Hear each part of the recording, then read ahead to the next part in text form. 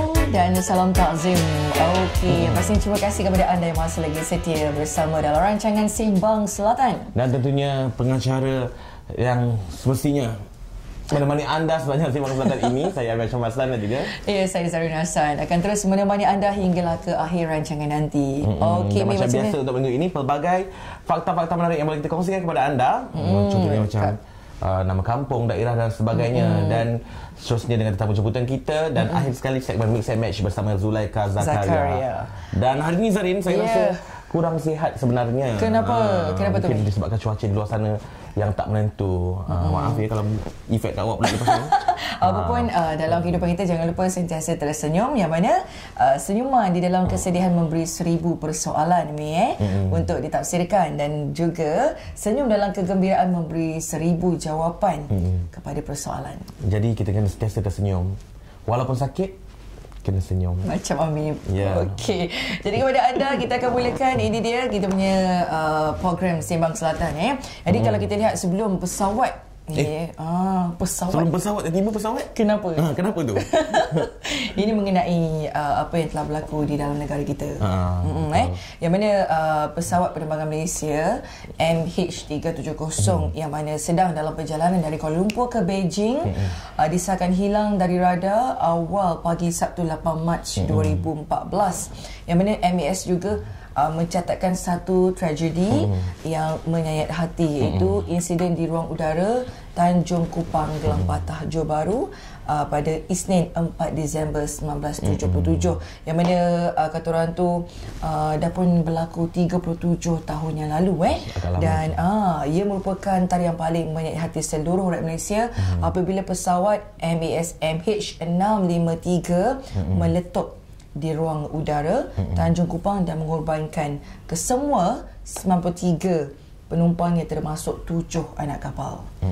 Jadi kalau kita lihat juga yang mana rangka pesawat yang berlepas dari lapangan terbang antarabangsa Pulau Pinang ini berkecai dan terbakar hingga meranapkan muka bumi seluas kira-kira 2 km persegi dari titik hentamannya. Dan kesemua mangsa yang terkorban ni berjaya ditemui, kemudiannya disemadikan di dalam satu liang lahat yang besar. Jadi itulah dia sejarah hitam negara yang pernah dilalui 37 tahun yang lalu. Jadi Amir mesti ada pandangan sendirilah. Dan tentunya kalau kita melihat pada aspek yang sedang berlaku sekarang ini, contohnya mengenai pesawat penerbangan MH370, dan tentunya bukan salah mana-mana pihak. Betul. Tapi ini semua dah ditentukan oleh Yang Maha Esa.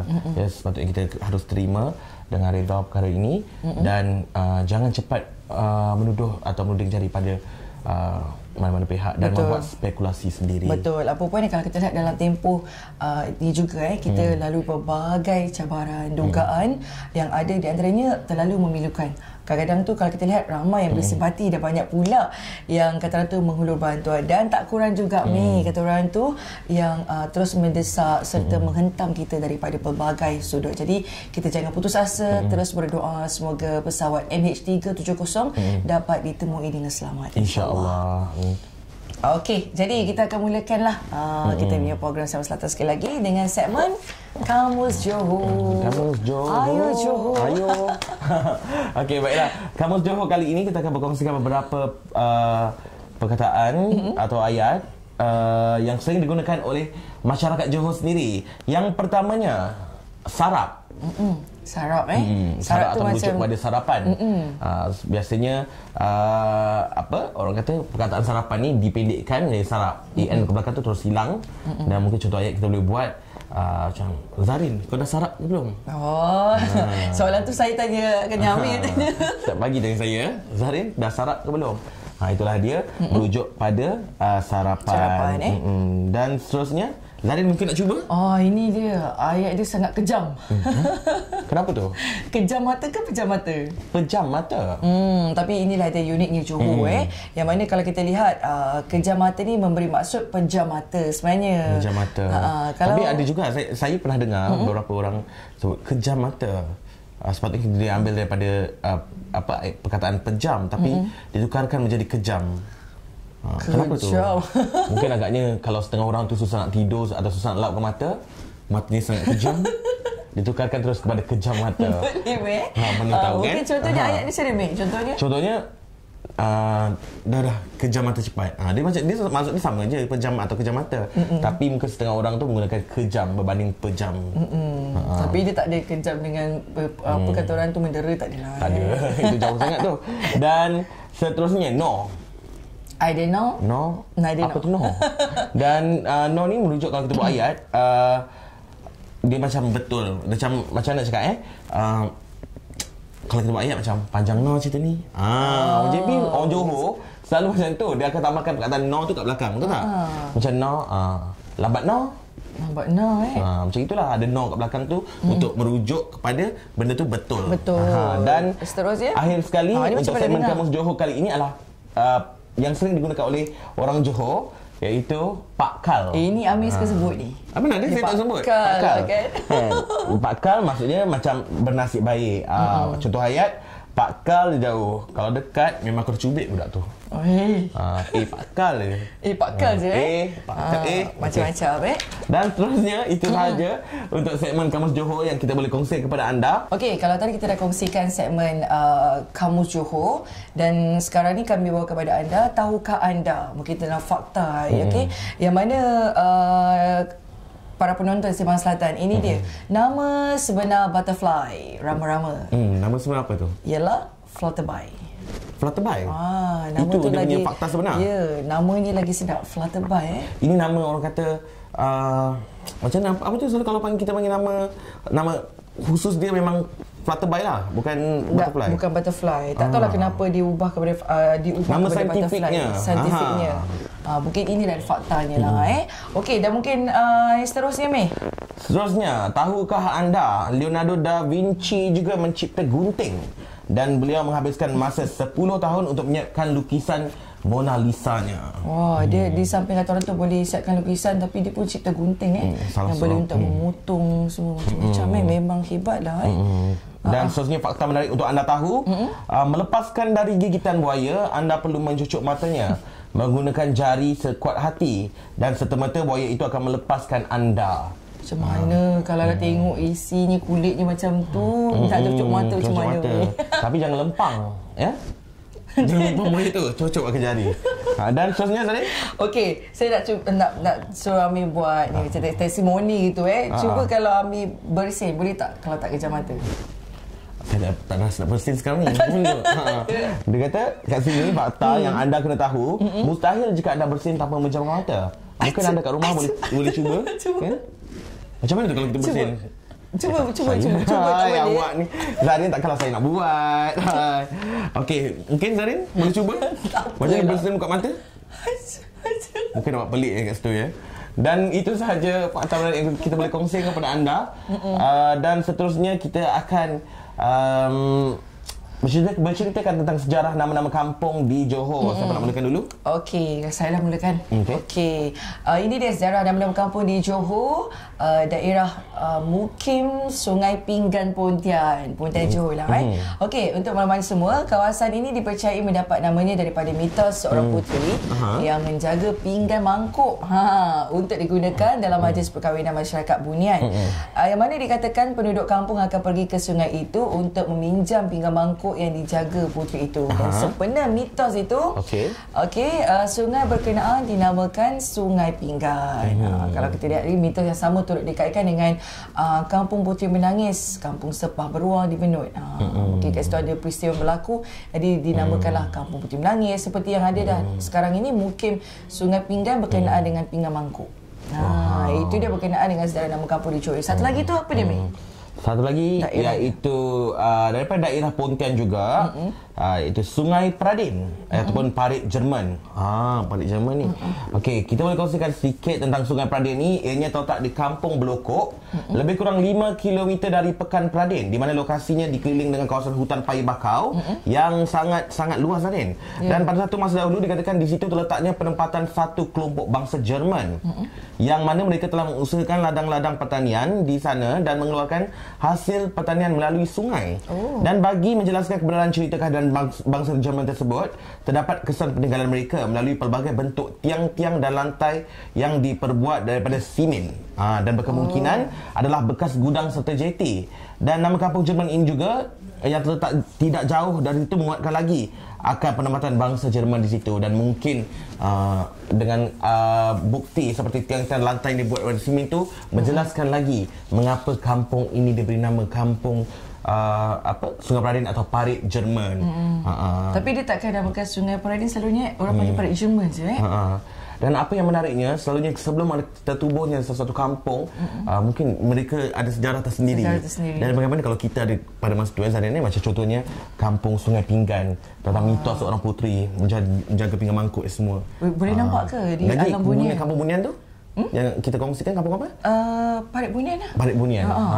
Sangat menarik ya. Memang menarik, uniknya Johor. Nama kampung tu ada kisah dan ceritanya sendiri. Itu sangat menarik. Baiklah, itu dia sejarah nama-nama kampung di Johor kami kongsikan bersama anda para penonton dalam Sembang Selatan, iaitu mungkin Sungai Pinggan Putian dan juga Sungai Peradin Parit Jerman. Lebih mudah dipanggil Parit Jerman je lah. Parit Jerman. Okey, itu dia mengenai sejarah nama kampung di Johor. Dan untuk anda, jangan lupa sebentar nanti untuk segmen Temu Bual, kita akan bersama dengan 3 tetamu undangan yang akan membincangkan tentang program Mesra Sakinah at Belia YPKDT Daerah Johor Bahru. Betul. Kalau anda nak tahu apa itu program Mesra Sakinah, terus menonton kami di Sembang Selatan. Jangan ke mana-mana. Dan kembali lagi selepas ini dalam rancangan Sembang Selatan.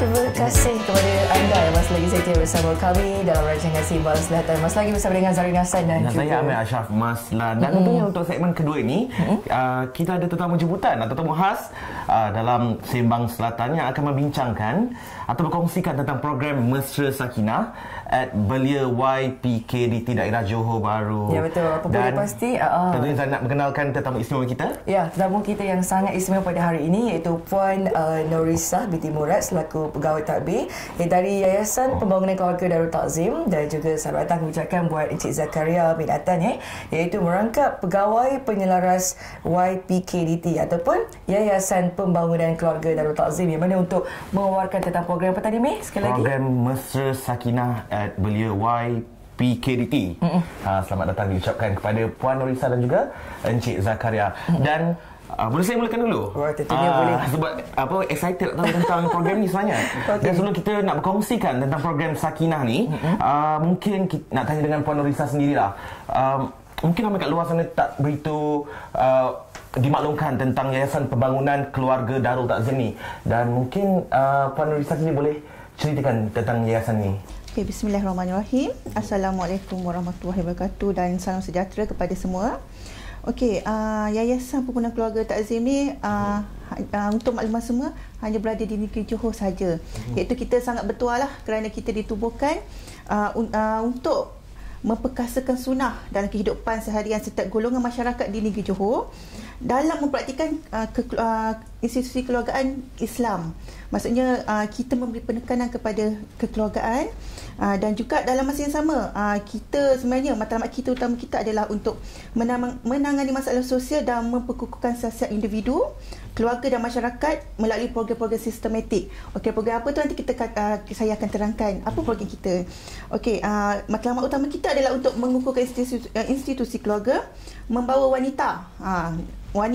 Kita memberi fokus pada wanita, membawa wanita dalam arus pembangunan dan menangani masalah sosial yang sangat berluasa sekarang ni. Okey, seperti yang diwawarkan yang mana tentang program Mesra Sakinah at Belia YPKDT yang mana akan diadakan pada 4 hingga 6 April nanti ni, yang mana bertempat di Kamp Modal Insan Agrotourism Melima Melaka Puan dan juga Encik Zakaria.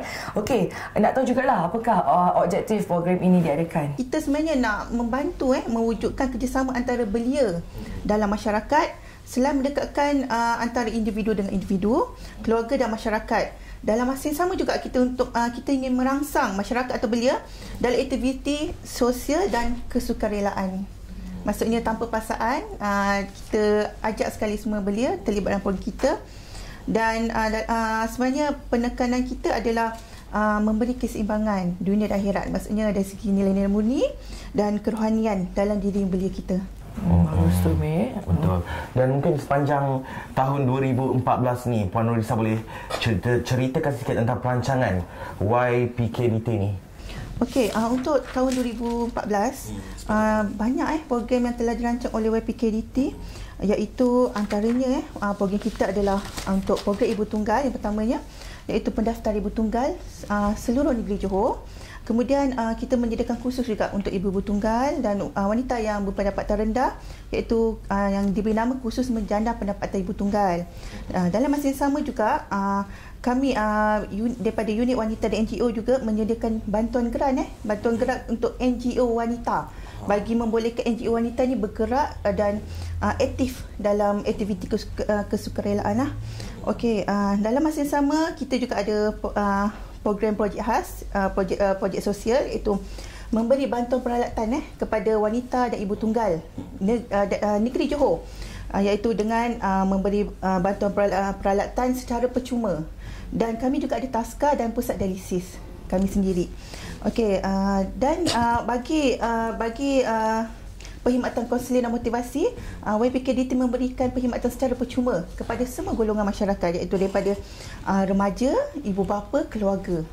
Jadi bagi siapa yang memerlukan khidmat konseling dan motivasi, boleh datang ke pejabat YPK untuk mendapatkannya secara percuma. Kemudian kami juga ada unit penempatan pekerjaan OKU.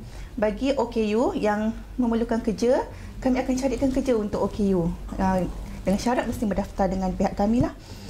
Dan untuk program kekeluargaan, iaitu program Mesra Sakinah at Belia yang di bawah unit kekeluargaan, selain daripada Mesra Sakinah at Belia, kita juga ada pengamalan Sakinah dan ceramah Sakinah, remaja Sakinah dan minda insan.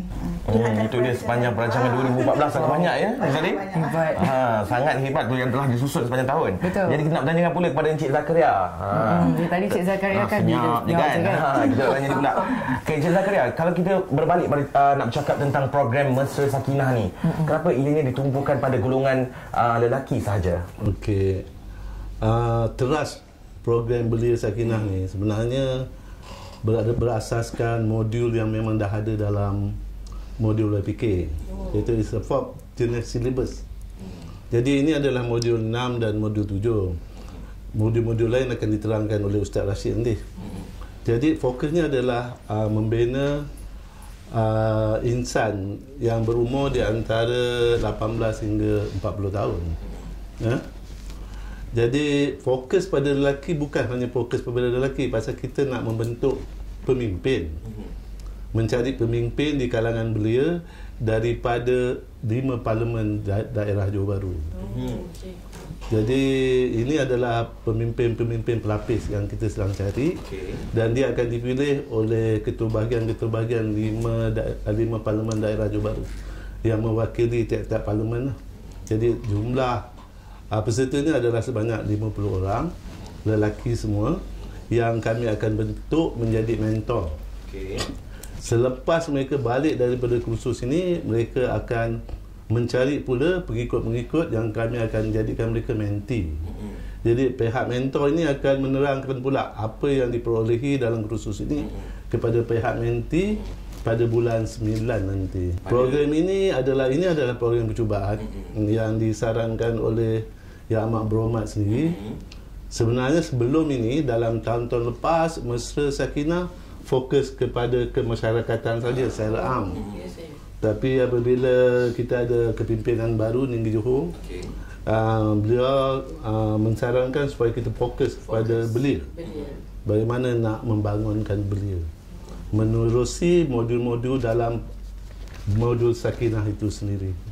Maksudnya ini adalah program pertama lah yang diadakan oleh pihak YPKDT lah. Okey, kalau kita lihat ni, mungkin Ami ada lagi soalan untuk diberikan buat Puan Risa dan Encik Zakaria. Untuk Puan Risa sendiri, bukan sebarang harapan yang nak yang nak sampaikan untuk program Mesra Sakinah at Belia YPKDT ni. Okey, harapan saya agar program ini berjalan lancar dan semua mendapat manfaat, terutamanya khususnya pada belia lah untuk program ni.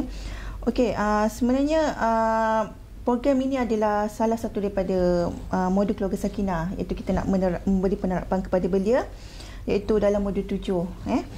Dalam modul 7 ni ia memberi penekanan mengenai persediaan bagi seorang remaja untuk menempuh alam dewasa, maksudnya peralihan daripada remaja ke dewasa.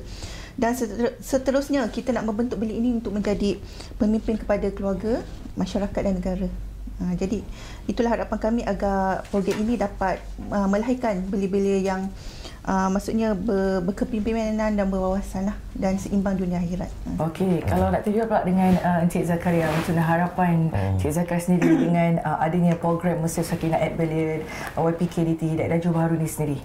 Harapan kami lah daripada yayasan supaya belia-belia mendekati program-program dalam skop apa yang kita panggil skop Sakinah ini. Kerana kalau kita buat dalam bentuk ceramah saja, saya rasakan setakat ini daripada yang mendengar dan menghayati program ini ada di kalangan orang dewasa saja. Sedangkan program modul-modul Sakinah ini dia berteraskan umur daripada lahir sampai ke sunnah khatimah. Jadi cara bagaimana kita membuat persiapan untuk program ini adalah untuk menarik mereka menyertai program ini dengan tak secara langsung. Jadi itu dia harapan dari Encik Zakaria bin Atan. Tapi banyak lagi kan kita nak bincangkan tentang program Mesra Sakinah at Belia YPKDT ini, tentang aktiviti dan banyak orang kata benar-benar menarik tentang program ini. Kita akan kembali lagi selepas ini dalam Sembang Selatan. Jadi jangan ke mana-mana.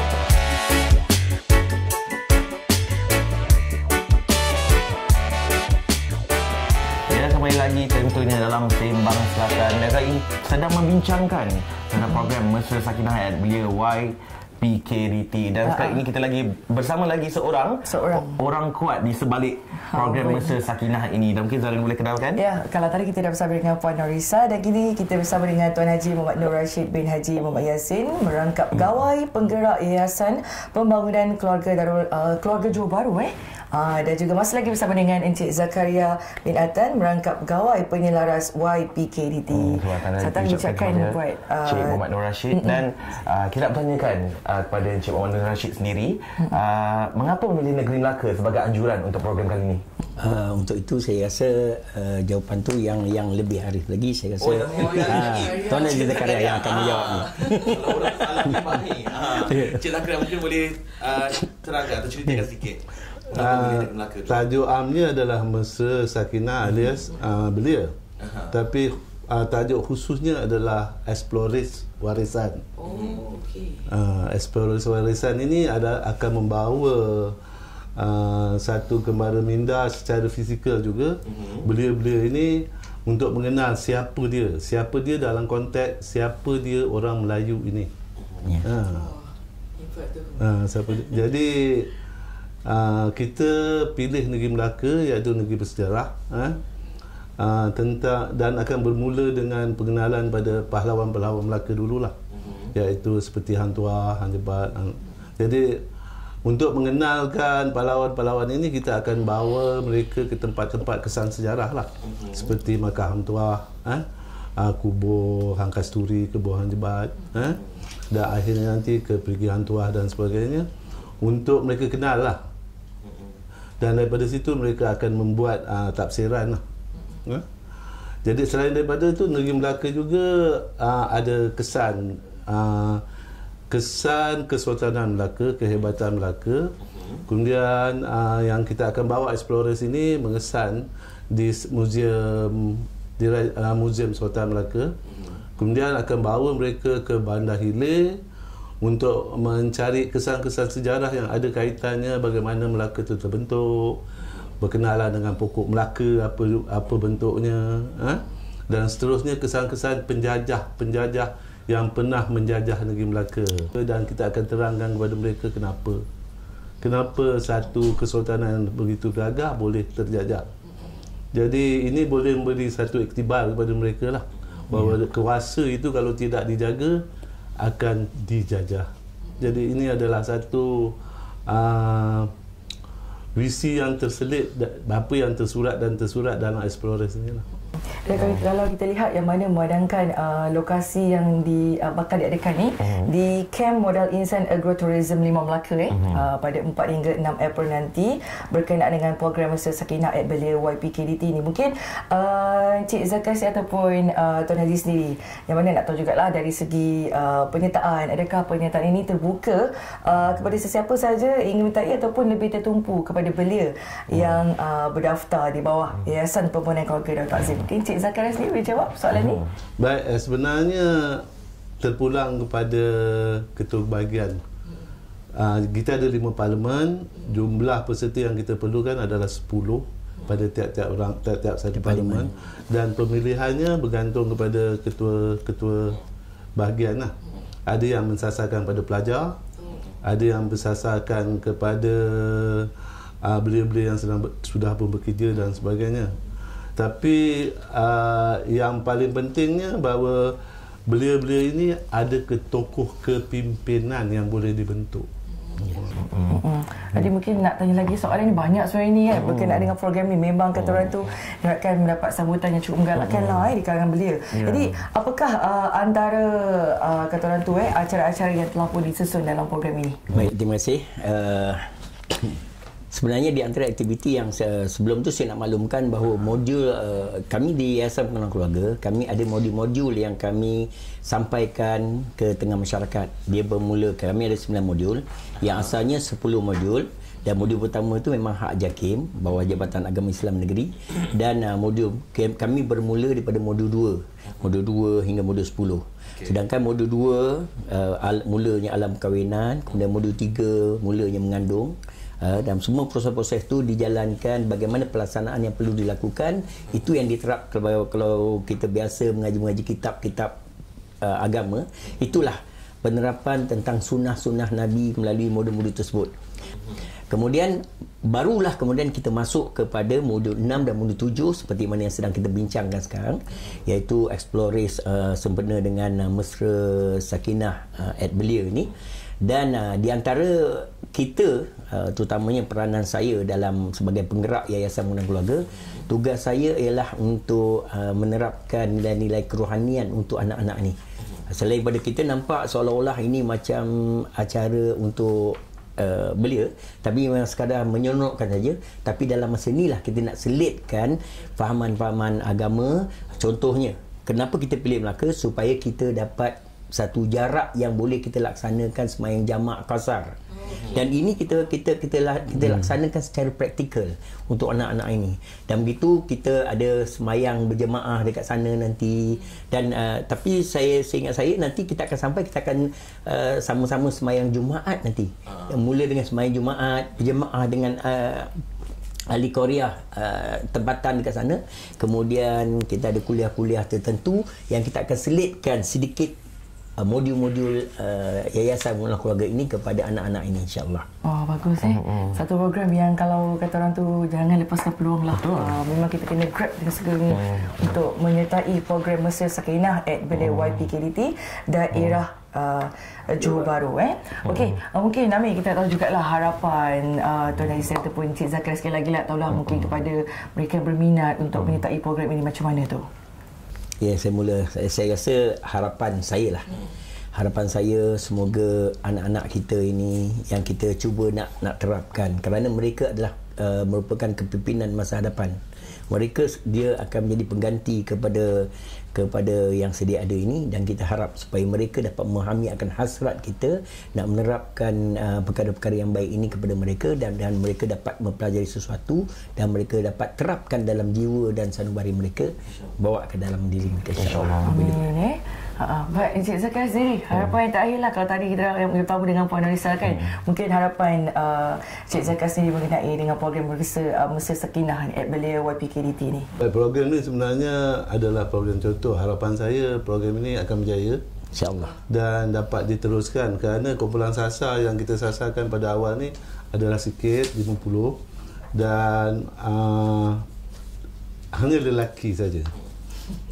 Jadi sebenarnya program-program seterusnya kita harapkan akan melibatkan program-program wanita, dan kita hanya ambil lelaki saja kerana dalam program Sakinah ni, program dia kalau dibuat untuk lelaki saja.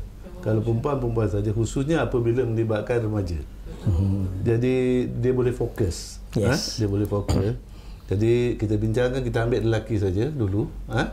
Selepas itu sebenarnya turutannya melalui multimedia, program ini akan disebarkan. Saya harap kita boleh bekerjasama dengan TV Selatan untuk membantu kita pada masa hari khusus nanti, mengajar budak-budak, peserta-peserta bagaimana nak menyebarkan apa yang dia dapat dalam program ini kepada rakan-rakannya yang akan digelar menti nanti, program-program yang kita jalankan ini. Jadi dia boleh interact, dia boleh komen tentang program yang dia bagi pada kawan-kawan dia ni. Kawan-kawan dia akan komen dan dia boleh jawab. Dan pada bulan September nanti, di mana kemuncak program ini, dikumpulkan semua mentor dan menti ini, dianggarkan lebih kurang 500 orang, dan kita akan tengok apa kesudahan program ini nanti. InsyaAllah saya harapkan program ini akan berjaya. Sudah lancar Itulah antara sedikit info atau pencerahan tentang program Mesra Sakinah at Belia YPKDT. Terima kasih diucapkan kepada kedua wakil dari Yayasan Pembangunan Keluarga Darul Takzim Daerah Johor Bahru, Encik Zakariah dan juga Encik Muhammad Nur. Terima kasih sekali lagi diucapkan. Dan saya juga harapkanlah semoga program ini berjalan dengan lancar seperti yang dirancang. InsyaAllah. Okey, dan apa pun yang pasti, sebelum kita berehat, Amir, dan tentunya macam biasa Zarin, kita akan bersama-sama dengan Zulaikha Zakaria dalam Mix and Match. Kalau nak tahu butik mana dia pergi untuk minggu ini, mari kita